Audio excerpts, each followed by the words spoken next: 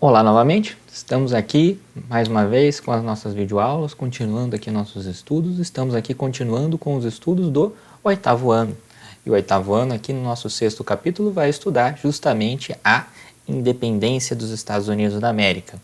Esse que vai ser um capítulo que nós vamos tentar compreender aqui, que a Europa ela está vivendo uma crise, essa crise do antigo regime, essa crise do antigo regime que nós estudamos nos nossos últimos capítulos, e essa crise do antigo regime, ela não vai ter só causas e consequências dentro da Europa, mas também vai ter no resto do mundo, a partir do momento de que as potências europeias têm colônias em todo o mundo. Então, nós vamos estudar aqui como essa crise do antigo regime, que nós vimos aqui, nós estudamos as consequências, nós estudamos como essa crise do antigo regime levou a monarquia absolutista a acabar. Depois, nós vimos como essa crise do antigo regime levou a Revolução Francesa e as eras napoleônicas, a era napoleônica, e agora nós vamos ver aqui o que está acontecendo na colônia. Então vamos dar um passinho atrás, vamos voltar um pouquinho no tempo e ver o que está acontecendo na colônia, que vai ajudar, que vai dar um empurrãozinho para levar o antigo regime a cair da escada e ladeira abaixo. Então nós temos aqui a independência dos Estados Unidos, que vai ser o primeiro grande movimento de independência dentro das colônias, vai ser o primeiro grande movimento de contestação a esse antigo regime e a esse domínio da monarquia absolutista sobre essas colônias aqui na América. Vamos lembrar então que a América, quando ela foi descoberta, houve um tratado, um acordo entre Portugal e Espanha para dividir o mundo entre eles. Esse acordo foi feito junto ao Papa, com a presença do Papa, e a partir disso nós temos aqui no Tratado de Tordesilhas, nós temos aqui a divisão da América entre o que é da Espanha e o que é de Portugal. Então, no primeiro momento, a América vai ficar para essas duas primeiras potências que se lançaram ao mar e vão fazer as grandes navegações, Portugal e Espanha. Mas nós vamos ter outras potências que vão se lançar ao mar e vão ali tentar fazer as suas colônias, vão tentar conquistar novos territórios também, que vão ser Inglaterra e França. E obviamente que a Inglaterra e a França não ficaram nada felizes com esse Tratado de Tordesilhas, com essa divisão de um continente enorme, de um continente com riquezas, com ouro e prata em abundância, como a Espanha vai achar aqui no México. E a partir do momento que nós vamos ter aqui esse continente sendo dividido aqui, tanto a França como a Inglaterra vão contestar esse Tratado de Tordesilhas, não só vão contestar esse Tratado de Tordesilhas, como vão procurar um jeito, tentar conseguir as suas próprias colônias, respeitando ou não o tratado que foi feito. Nós vamos ter aqui então a Inglaterra no primeiro momento não tendo plano para fazer as colônias, mas utilizando a sua frota naval, principalmente a sua frota militar, para fazer o tráfico de escravos, mas também para fazer pirataria. Os corsários ingleses, eles vão atacar os navios espanhóis, eles vão atacar os navios portugueses e muitas vezes eles vão aqui impedir grande parte do esforço de colonização, justamente porque a Inglaterra, num primeiro momento, pode não querer colônias, mas os navios portugueses e os navios espanhóis, eles têm dinheiro, eles têm ouro, eles têm prata ali, eles têm coisas que a Inglaterra quer. E esses corsários, esses piratas ingleses e franceses vão se aproveitar disso. Então, a maior parte das navegações de ingleses e franceses vai ir para essa região aqui da América do Norte, enquanto que espanhóis e portugueses vão para o centro da América, vão para a América Central e a América do Sul. Nós temos aqui uma primeira tentativa de colonização na região dos Estados Unidos. Essa primeira tentativa aqui com o Sir Walter Raleigh não vai dar certo, ali em 1584. Então, a tentativa de colonização ali, a tentativa de povoamento da região dos Estados Unidos é bem posterior, por exemplo, que a tentativa de colonização e povoamento do Brasil.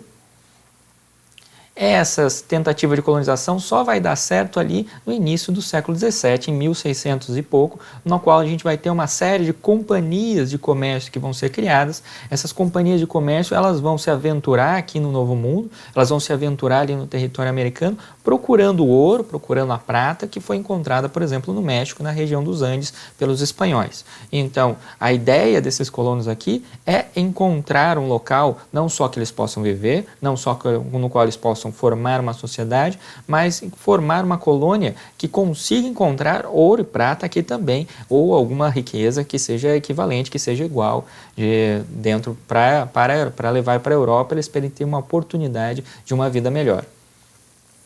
Nós vamos ter aqui então, das 13 colônias que vão ser feitas aqui pelos ingleses, a maior parte das pessoas que vão vir aqui, elas vão vir devido ao êxodo rural que estava acontecendo na Inglaterra. Então vamos lembrar que a Inglaterra estava passando por uma série de mudanças sociais. Essas mudanças sociais que vão se acelerar, por exemplo, com a Revolução Industrial, vão ter como consequência o êxodo rural. Então nós vamos ter o cercamento de terras. Antes as terras elas eram comunitárias, todas as pessoas poderiam utilizar as terras. Agora nós vamos ter as terras cercadas e a partir do momento que a terra está cercada, principalmente aquela população pobre, aquela população que dependia dessas terras comunais, dependia dessas terras comuns para sobreviver, não vai ter mais como sobreviver. Então a solução é: ou você vai para a cidade e tenta arranjar emprego, porque no campo você não tem mais oportunidade, ou você vai para o Novo Mundo, você vai pegar ali, vai fazer parte das novas expedições que vão ir para o Novo Mundo. Então, nós temos essas pessoas com uma falta de oportunidade nas cidades ou no campo, dentro do território da Inglaterra, e eles pegam a América como uma alternativa, como uma esperança de conseguir algo novo, de conseguir uma vida melhor. E nós temos, por outro lado, também a questão da perseguição religiosa. A perseguição religiosa, principalmente com a criação da religião anglicana, a igreja anglicana ao ser criada, nós vamos ter uma série de pequenas igrejas, uma série de pequenos cultos, uma série de pequenas igrejas protestantes ali, ou de vertentes protestantes dentro da Inglaterra ali, que vão passar a ser perseguidos. Dependendo do rei que está no poder, se o rei é católico, se o rei é protestante, uma vertente religiosa, um lado da religião vai ser perseguido, e esse lado da religião que está sendo perseguido, ele vai ter como alternativa, muitas vezes, tentar fugir, tentar escapar aqui para o Novo Mundo, tentando escapar aqui para formar essas colônias. Essas 13 colônias, então, elas vão ser formadas na costa dos Estados Unidos. E a partir do momento que se formam essas 13 colônias aqui, a gente vai ter já uma divisão bem clara dentro das colônias devido ao clima que nós vamos ter aqui. Então, nós vamos ter as colônias do norte, que vão ter um clima bastante frio. Nós vamos ter as colônias centrais, que vão ter um clima já mais para o temperado, frio também, mas mais para o temperado. E nós vamos ter as colônias do sul, que vão ter um clima do temperado para o subtropical, então já vão ter um clima bastante diferente da Europa. Isso vai influenciar bastante na colonização delas. A partir do momento, então, que essas colônias elas são formadas, o que nós vamos ter aqui é as colônias formando uma espécie de um comércio triangular. Esse comércio triangular, as colônias do norte, que tem um clima igual ao da Europa, elas vão ter uma colonização de povoamento. Essa colonização de povoamento é como você dá um Ctrl+C, Ctrl+V na Europa, ver a sociedade que está sendo feita, que tem na Europa, e tentar fazer uma sociedade igual aqui na América. Então eles vão formar colônia com o objetivo de fundar cidades, com o objetivo de fundar vilas. Então eles estão tentando fundar uma civilização como a europeia, igual à europeia, que dê oportunidade para eles aqui na América. Essas primeiras colônias, essas colônias que vão ficar mais ao norte, elas não têm interesse da coroa, a coroa não tem nenhum produto comercial que interesse a elas nessa região, não há qualquer interesse porque o clima é muito parecido, então o que eles podem produzir nessas colônias do norte é a mesma coisa que eles vão poder produzir nas colônias, nas terras que nós temos na Europa. Então nós vamos ter aqui nas colônias do norte, mais ao norte aqui, nós vamos ter aqui pequenas propriedades, nós vamos ter aqui a formação de uma burguesia de comerciantes. Essa burguesia de comerciantes então vai utilizar uma mão de obra assalariada, uma sociedade então que vai imitar, que vai ser muito parecida com a sociedade que vai formar lá na Europa. Mas aí que vai estar parte do problema, porque essas colônias do norte, elas vão desenvolver, e a partir do momento que elas se desenvolvem, elas vão ser uma competição para aquilo que está sendo produzido na Europa. Aquilo que está sendo produzido na Europa também está sendo produzido aqui. Então essas colônias do norte também podem comercializar, também podem fazer coisas para o Caribe, para as ilhas do Caribe, ou, por exemplo, para as colônias espanholas e portuguesas aqui ao sul. Então nós temos aqui um comércio com a África, que vai comprar produtos industrializados, ela vai comprar produtos manufaturados da nossa colônia. Essa colônia aqui vai comprar da África escravos, principalmente as colônias do sul. Os escravos, esses produtos, eles vão ser vendidos também para a Europa vai vender produtos para a África em troca de escravos que vão ser levados para a colônia, e a colônia vai vender matéria-prima para a Europa vai fazer produtos industrializados, produtos manufaturados para a colônia. Então nós vamos ter uma ligação entre Europa, África e as colônias aqui na América, que vão formar uma única rede de comércio que nós vamos chamar de comércio triangular. As colônias do norte, então, que eu estava me referindo, são estas colônias aqui. No mapa atual dos Estados Unidos, então, essas colônias, esses países, esses estados nos Estados Unidos ainda existem, basicamente com o mesmo desenho que eles tinham naquela época. E nós vamos ter aqui as colônias do sul. Essas colônias do sul que vão ficar aqui embaixo, vão ser essa parte amarela aqui de baixo. Essas colônias do sul aqui, elas vão ter uma outra característica, porque elas têm um clima diferente. Então nós vamos ter aqui uma colônia de exploração. Colônia de exploração significa o tipo de colônia que foi feito aqui no Brasil. É uma colônia que a metrópole, a Inglaterra, faz para explorar a terra, para tirar aquilo que a terra tem, tirar aquilo que a terra pode oferecer, para enriquecer. Enriquecer a colônia? Não. Enriquecer a metrópole. Então eles vão com o objetivo de produzir o máximo possível, conseguir extrair o máximo possível para enriquecer a metrópole. Então nós vamos ter aqui uma produção para exportação, principalmente para a exportação de produtos que a metrópole necessita, e nós vamos ter aqui o gênero de plantation. Então nós vamos ter aqui grandes latifúndios significa grandes extensões de terra com um único dono, que vão ter uma monocultura. Essa monocultura significa que eu estou produzindo um único produto. Então nós vamos ter uma enorme fazenda que está produzindo, por exemplo, tabaco, uma enorme fazenda que está produzindo, por exemplo, algodão. Esse tabaco, esse algodão vão ser exportados para a Europa, e a partir do momento que nós estamos exportando para a Europa, essas colônias do sul, elas são fornecedores de matéria-prima. Eles vão fornecer aquilo que a indústria, eles vão fornecer aquilo que a metrópole necessita para produzir os seus produtos. Então, o que vai acontecer é que, por que a metrópole enriquece? O que custa mais? Custa mais uma tonelada de algodão ou você fazer as camisas com essa tonelada de algodão? O que custa mais? A tonelada de algodão que foi produzida ou as camisas que foram produzidas com esse algodão?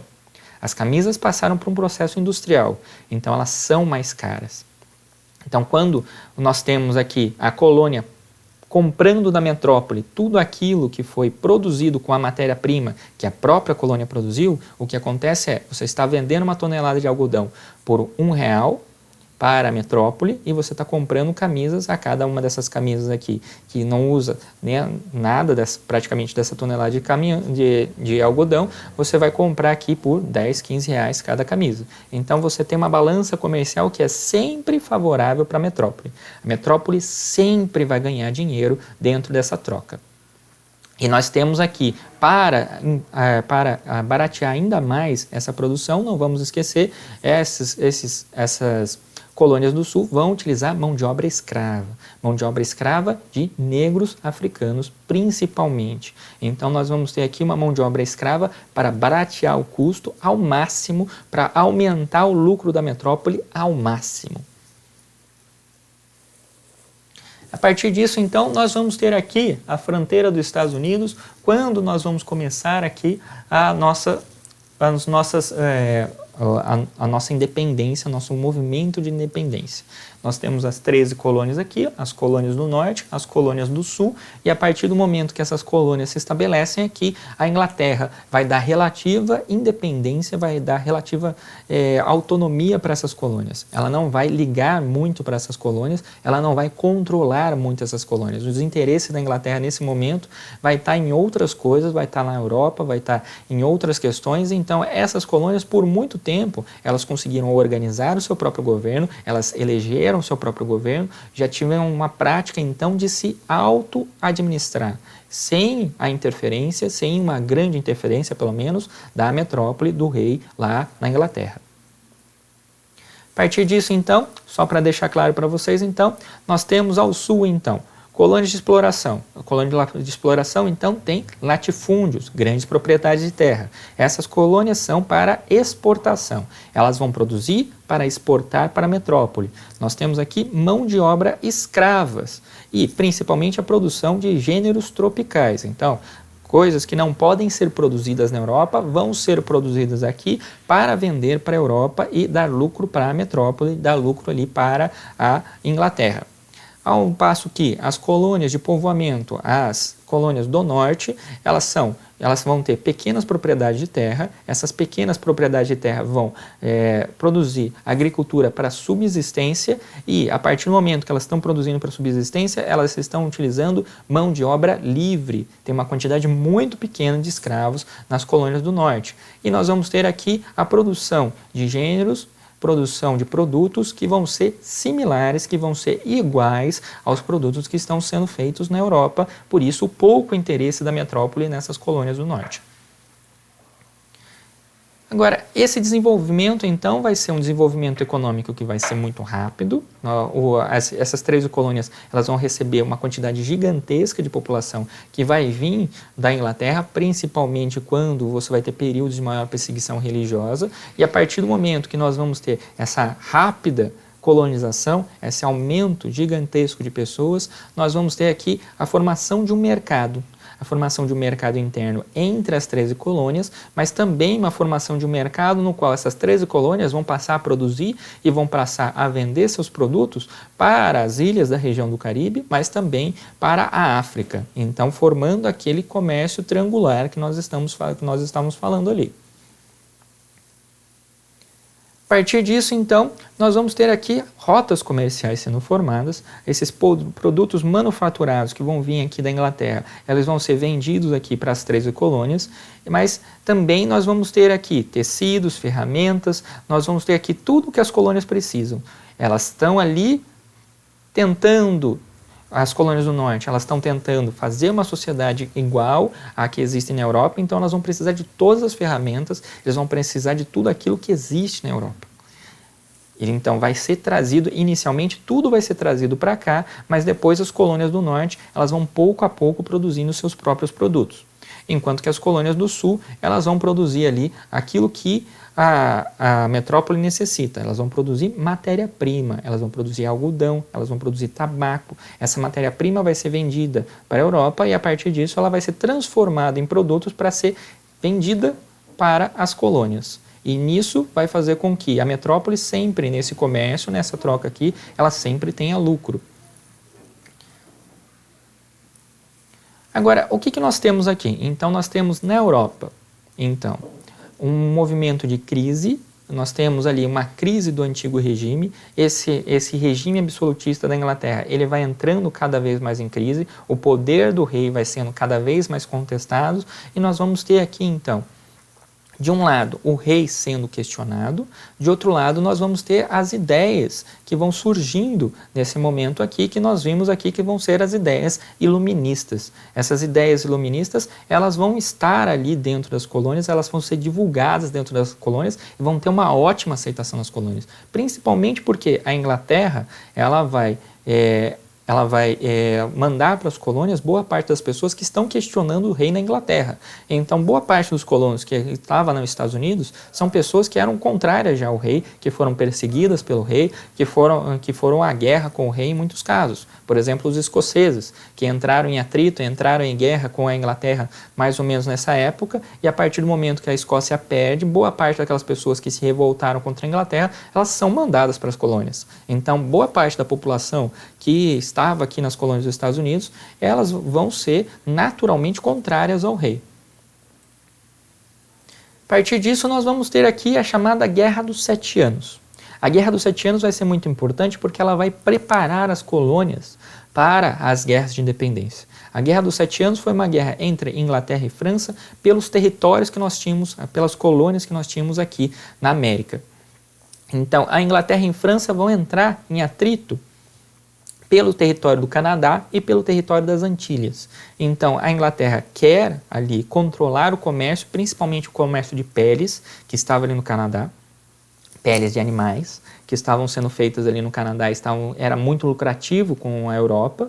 Então, essa guerra acontece, dura 7 anos, e quem vai participar dessa guerra vão ser os colonos, principalmente os colonos do norte, contra os colonos franceses que estavam no Canadá. A Inglaterra vai ganhar isso e, a partir disso, no acordo do final da guerra, ela vai anexar o Canadá e vai anexar as Antilhas, algumas ilhas que têm ali no Caribe para ela. Nós temos, então, uma guerra que os colonos do norte vão participar e boa parte, quase todos os oficiais que vão participar das guerras de independência também lutaram nessa Guerra dos 7 Anos. Então, essa Guerra dos 7 Anos pode ser considerada como uma preparação, principalmente para os colonos, das guerras que vai haver nas guerras de independência. O que nós vamos ter aqui? Então, França e Inglaterra disputaram o Canadá e outros territórios coloniais. Eles estavam disputando territórios coloniais na África, estavam disputando territórios coloniais na Índia. Então, a Inglaterra e a França elas estavam disputando territórios no mundo inteiro.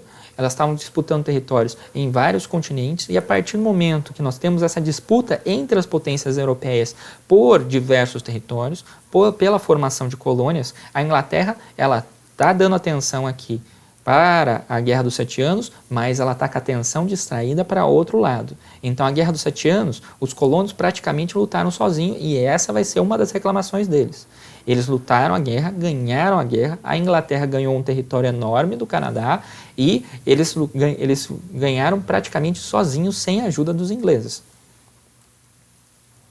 O que nós vamos ter então? As 13 colônias que eram esta região aqui, elas vão anexar então as regiões que estão em volta aqui. Essa região inteira do Canadá aqui vai ser anexada por eles. Então, nós vamos ter uma expansão do território inglês muito grande devido a essa Guerra dos 7 Anos. E essa expansão foi causada pelos colonos que estão aqui no norte, que foram treinados, tiveram a experiência de 7 anos de guerra dentro dessa Guerra dos 7 Anos. O que vai acontecer depois dessa guerra com a Inglaterra disputando com a França? Não só nas colônias da América, mas em outras colônias para o resto do mundo, a Inglaterra vai acabar ficando sem dinheiro. A coroa da Inglaterra, a monarquia inglesa, ela fica totalmente sem dinheiro, e a partir disso, o que ela resolve é fazer leis, ela fazer impostos para cobrar mais impostos e conseguir mais dinheiro, obviamente, dos colonos. Ela não vai cobrar mais dinheiro ali na Inglaterra, que isso vai causar revoltas, mas na colônia é colônia. A colônia é para ser explorada, a colônia é para enriquecer a metrópole. Então, portanto, eu não posso fazer imposto na Inglaterra porque as pessoas vão ficar descontentes na Inglaterra, mas eu posso fazer impostos na colônia. O que vai acontecer, então? Eles vão fazer uma série de impostos. Vamos fazer o imposto do selo do rei. Todo produto vendido na colônia precisava ter o selo do rei, precisava ter a autorização do rei para ser vendido. Nós vamos ter o imposto do açúcar. Todo o açúcar tinha que vir das Antilhas inglesas para ser vendido nas colônias. Eles não poderiam encontrar qualquer outro fornecedor, por exemplo, o Brasil, que seria mais barato. A lei do chá, todo chá teria que vir da Inglaterra, teria que ser produzido e vir da Inglaterra. E a lei do aquartelamento, que obrigava todo colono a dar moradia, transporte e alimento para soldados ingleses que estivessem passando por território deles. Essas leis vão ser consideradas leis que vão apertar o domínio dos ingleses sobre a colônia. Então as colônias que vinham de um momento no qual elas tiveram autonomia administrativa, agora têm o seu laço, nós temos ali o domínio inglês apertado neles, e nós temos ali a Inglaterra espremendo, não só reforçando o domínio que elas têm sobre a colônia, mas espremendo a colônia para tentar conseguir mais dinheiro, para tentar conseguir o dinheiro necessário para salvar as finanças do rei inglês nesse momento. O que nós vamos ter aqui os colônios? Obviamente se revoltando. Os colônios, eles que já estavam ali numa situação complicada depois da Guerra dos 7 Anos, eles vão ter que pagar uma série de impostos novos. Esses impostos novos vão cair muito mal com a colônia, e nós vamos ter aqui uma série de revoltas. A mais famosa delas vai ser a festa do chá de Boston, no qual os comerciantes ali do norte vão se fantasiar de índios, eles vão invadir os navios que estavam trazendo o chá do rei inglês. A partir do momento que eles invadem os navios, eles vão jogar essas caixas de chá no mar. Então nós vamos ter aqui esses comerciantes disfarçados de índios se revoltando contra o rei e simbolicamente jogando todo o chá do rei no mar. Nós temos aí uma fortuna que o rei ia ganhar com o comércio de chá. Essa frota de navio que vem carregada de chá tem toda a sua carga jogada no mar, e a partir disso nós temos ali não só uma revolta contra o rei, não só as pessoas batendo de frente com a autoridade do rei, mas o rei levando um prejuízo enorme. A partir disso, o que nós vamos ter aqui é justamente as pessoas se revoltando, as pessoas tentando demonstrar sua insatisfação para o rei, jogando os produtos do rei no mar, e o rei ali tentando reforçar esse conjunto de leis que ele fez, e tentando reforçar a sua autoridade, tentando reforçar a necessidade da lei do chá, tentando reforçar a necessidade da lei do açúcar, tentando reforçar a necessidade da lei do selo, para garantir a sua autoridade, mas também para garantir o dinheiro que a Inglaterra necessitava nesse momento. Então nós vamos ter aqui o rei apertando ainda mais o cerco. Depois da revolta do chá, depois do Boston Tea Party, nós vamos ter aqui então o governo da Inglaterra tentando fechar o porto de Boston.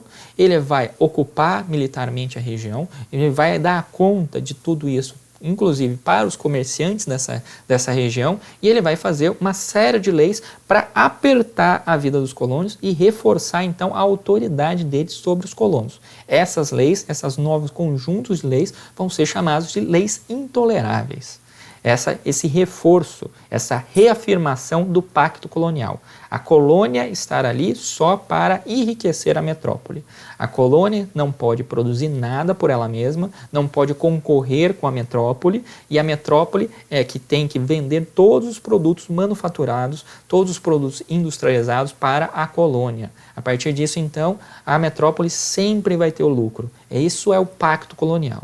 A colônia fornece a matéria-prima, fornece aquilo que a metrópole precisa, e a metrópole lucra nesse comércio no qual a metrópole vai sempre vender produtos industrializados, sempre vender produtos manufaturados, e a colônia sempre vai fornecer a matéria-prima. A balança comercial sempre vai estar favorável para a metrópole. O que o rei vai fazer com esse conjunto de leis? Ele vai reforçar isso. Ele vai reforçar a sua autoridade, mas ele vai reforçar também esse comércio, essa balança comercial que sempre tem que estar favorável à metrópole.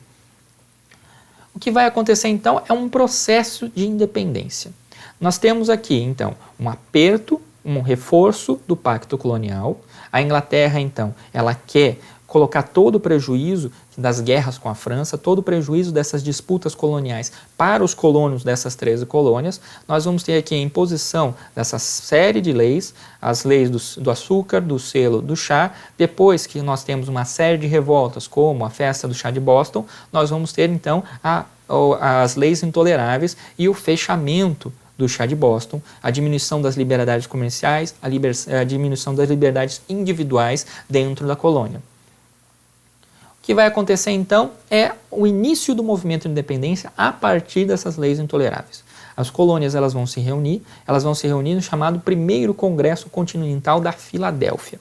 Esse Primeiro Congresso Continental da Filadélfia, ela vai reunir a elite das 13 colônias, vai reunir os maiores e os mais ricos produtores dessas 13 colônias, e a partir disso eles vão não só questionar as leis intoleráveis, mas eles vão exigir liberdade, direitos naturais, eles vão exigir uma maior participação e uma maior emancipação, uma maior liberdade dentro das colônias.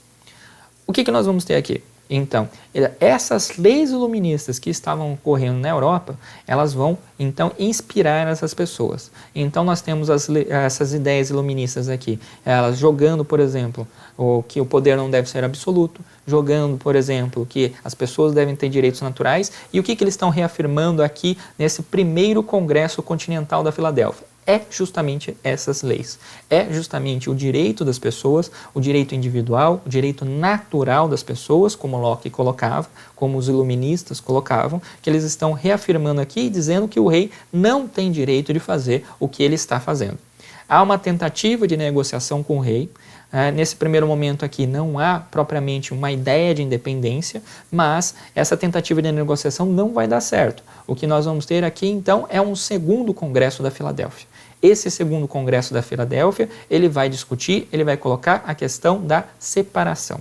Ele vai colocar essa questão da independência. E a partir disso, ele vai organizar um exército. Esse exército aqui, então, vai ser comandado pelo George Washington, primeiro presidente dos Estados Unidos, general da independência e aquele que vai comandar o exército e a guerra de independência. E a partir disso, nesse segundo congresso aqui, nós vamos ter então a Declaração de Independência dos Estados Unidos em 1776 e o início das guerras de independência. Essa Declaração de Independência aqui nos Estados Unidos vai ser um dos documentos mais famosos da história dos Estados Unidos, justamente porque ele é um documento inteirinho iluminista. Ele é um documento que vai ser inteirinho baseado nas ideias iluministas que nós estudamos.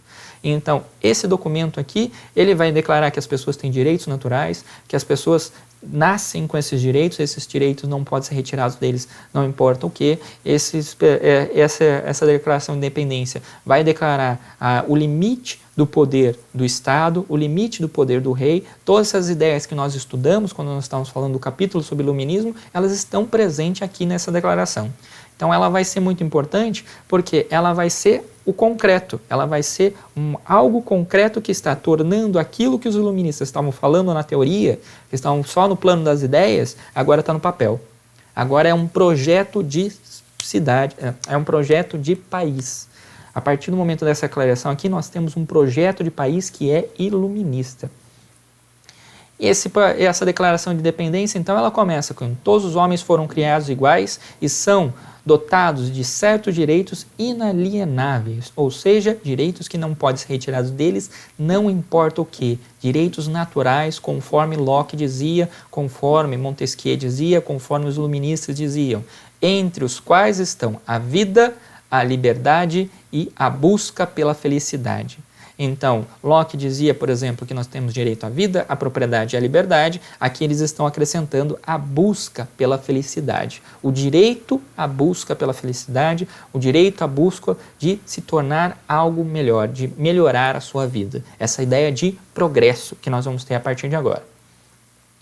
Nós temos então a população a partir desse momento se revoltando e destruindo todos os símbolos do rei inglês dentro das principais cidades ali das 13 colônias. A partir disso, então, o que nós vamos ter aqui é uma guerra entre a Inglaterra e as 13 colônias, no qual ninguém achava que as 13 colônias iam ganhar. Afinal de contas, a Inglaterra tinha o melhor e mais bem treinado, mais bem armado exército do mundo, e a Inglaterra tinha a maior marinha e a melhor marinha do mundo. Então, nós estamos falando da maior potência do mundo, incontestável com o melhor exército, incontestavelmente com a melhor marinha do mundo. E nós estamos falando de um bando de colonos que mal conseguia assoar o nariz, mas que foram treinados por esse exército para a Guerra dos 7 Anos. Então, boa parte desses colonos sabiam o que estavam fazendo porque eles foram treinados durante as Guerras dos 7 Anos.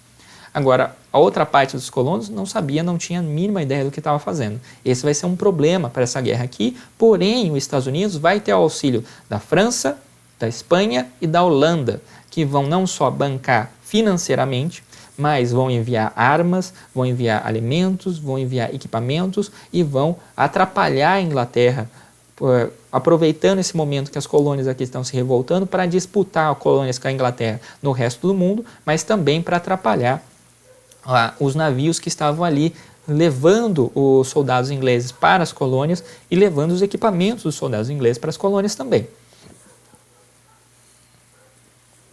O que nós vamos ter aqui então é aquelas cenas que vocês veem nos filmes, desse enfrentamento entre os exércitos colonos, esses casacas azuis, e os casacas vermelhos, que vão ser o exército inglês. Aliás, aqui a história dos casacas azuis é justamente porque no momento da independência alguém tirou o casaco e virou no avesso. O casaco era do exército inglês, era vermelho, quando você vira no avesso ele vira azul. Então, tradicionalmente o exército americano, as cores dos Estados Unidos vão ser sempre azul, justamente por essa tradição no momento da declaração da independência. Nós vamos ter aqui então uma guerra que num primeiro momento a Inglaterra obviamente ganha, e a Inglaterra obviamente vai colocar os colonos praticamente totalmente derrotados, até o momento no qual o George Washington consegue ali treinar os colonos, formar um exército de fato, e a partir do momento que ele forma essa unidade, esse exército profissional dentro das 13 colônias, nós temos ali a virada de jogo com a ajuda das potências europeias que eram contra a Inglaterra. Nós temos ali as colônias conseguindo ali virar o jogo e finalmente ganhando da Inglaterra.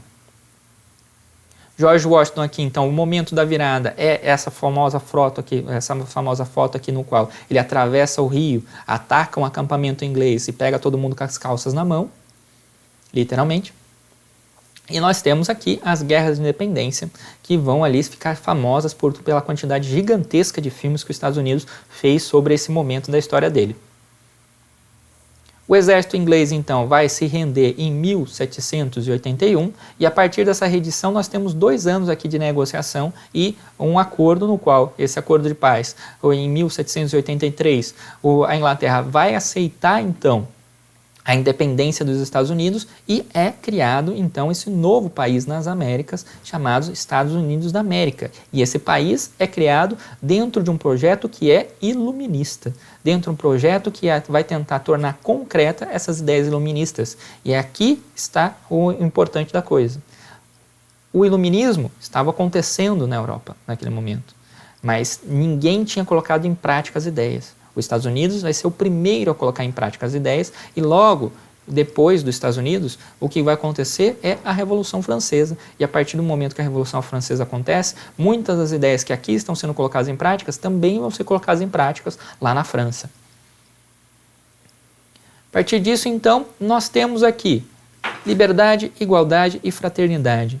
O lema da Revolução Francesa vai ser o lema que inicialmente vai ser colocado aqui como declaração de independência dos Estados Unidos. As ideias que vão inspirar a Revolução Francesa são as ideias que vão inspirar aqui a primeira organização aqui dos Estados Unidos e a fundação do país dos Estados Unidos. Então, nós temos aqui uma república e uma república que é burguesa, uma república no qual nós vamos ter aqui o poder na mão daqueles que são os mais ricos, que são os mais poderosos dentro dessas colônias aqui, mas nós temos aqui a ideia de que todos temos direitos iguais, a ideia de que todos somos iguais perante a lei, quebrando totalmente com a lógica, com as ideias que eram do antigo regime, como nós vimos aqui nos outros capítulos.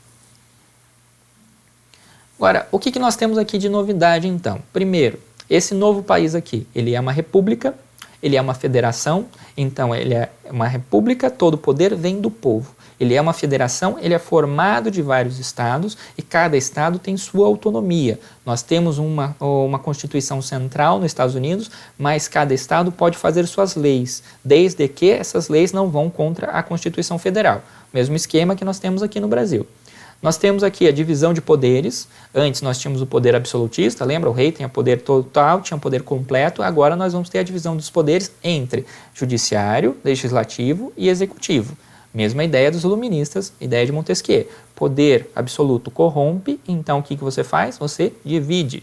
A partir disso nós vamos ter aqui direito à liberdade, nós vamos ter igualdade jurídica, proteção da propriedade privada. A maior parte da legislação americana, como a maior parte da nossa legislação, é de proteção da propriedade privada. Nós vamos ter o voto censitário. Esse voto censitário, então, vai permitir que parte da população americana consiga votar.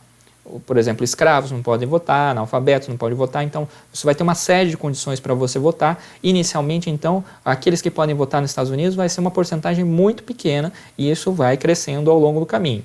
Nós vamos ter aqui índios, negros e mulheres, inicialmente sem direitos nenhum, constitucionalmente falando. Esses índios, negros e mulheres, eles vão ser uma posse dos homens, mas isso daí vai mudando ao longo da história, principalmente ali no século XVIII, no final do século XVIII e início do século XIX. No final do século XIX, início do século XX, com os movimentos de fim da escravidão, de luta pelos direitos indígenas e direito feminino também. Então nós vamos ter um primeiro quadro no qual as mulheres não têm nenhum direito e depois esses direitos vão sendo pouco a pouco adquiridos por essas parcelas aqui da sociedade. Então nós temos aqui uma primeira constituição, um primeiro país que é iluminista. Nós temos aqui então uma democracia, uma primeira democracia que é moderna. E essa primeira democracia que é moderna, ela vai servir de exemplo, mas ela vai servir também de inspiração para as outras colônias na América, que logo depois disso daqui, elas vão fazer o seu próprio movimento de independência e a partir do momento que elas estão fazendo ali as suas novas constituições, a partir do momento que elas estão ali formando o seu novo formato, sua nova forma de administrar e de organizar a sociedade, eles vão pegar os Estados Unidos como exemplo, para bom ou para mal, mas eles vão pegar os Estados Unidos como exemplo. Nós temos então, como consequência dessa independência dos Estados Unidos, um enfraquecimento do antigo regime na Inglaterra, mas também o enfraquecimento do antigo regime como uma ideia na Europa. É a independência dos Estados Unidos que vai ser, em grande parte, a causa da Revolução Francesa, justamente porque vai mostrar que algo é possível. Algo que estava só nas ideias, agora é possível. Nós temos aqui, então, o primeiro exemplo de democracia moderna, e essa democracia moderna que vai ser o molde, vai ser a forma pela qual as outras democracias vão começar a surgir no mundo inteiro. Primeiro nas colônias da América, depois elas vão surgir na Europa, e aí a democracia vai se tornar um valor que vai ficar para o Ocidente.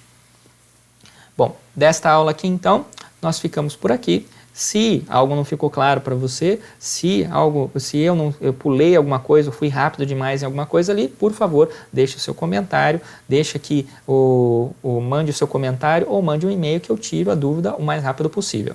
Até o nosso próximo vídeo, até a nossa próxima videoaula. Tchau, tchau!